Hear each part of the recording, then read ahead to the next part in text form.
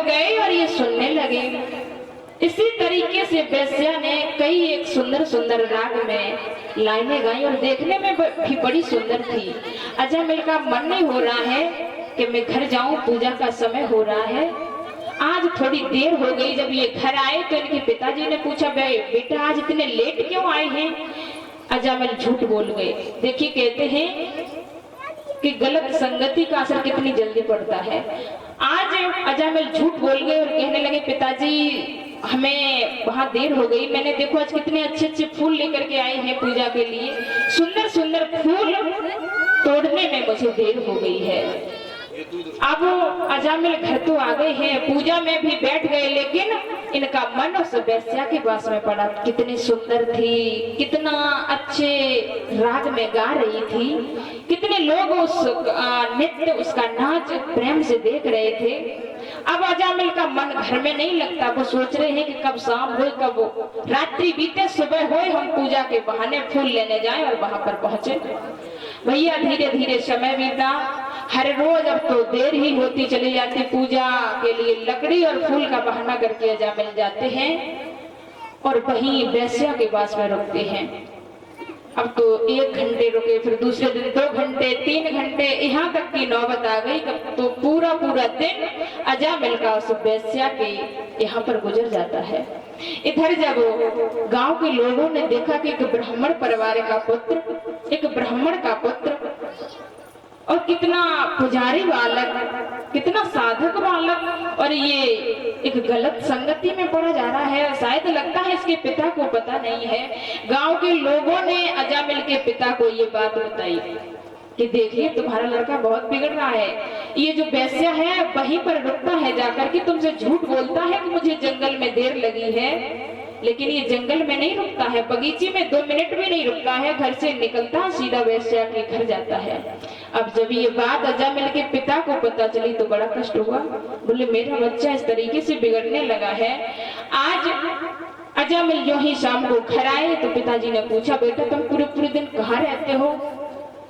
अजामिल कहने लगे, कहीं नहीं, बस जंगल को जाते, लकड़ी को एकत्रित करते हैं, फूल लाते, वहीं देर होती है और भगवान का भजन करते रहते हैं। सब लोगों के साथ में मन नहीं लगता, अकेले में कुछ ज्यादा मन लगता है भगवान की तरफ, इसलिए हम भगवान के भजन में लीन रहते हैं।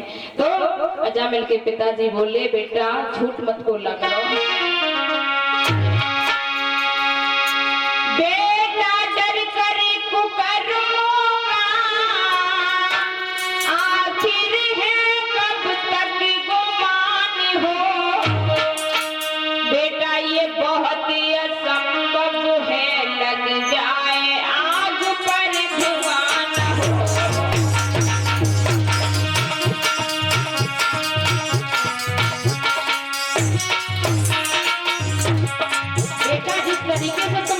छुपाना चाह रहे हो, इसे छुप थोड़ी सकती है।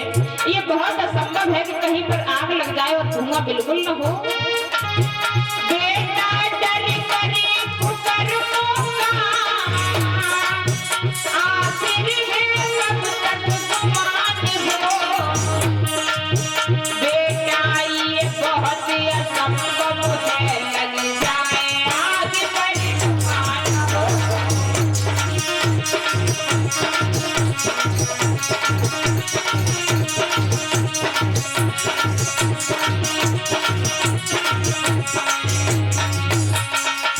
और पिताजी बोले, बेटा सोच समझ सकियो, दुनिया रंग रंगीली है।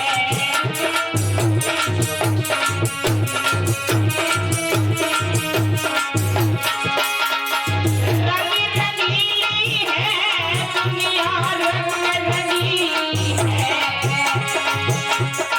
बेटा चक्कर में मत फंसियो, दुनिया रंगीली है।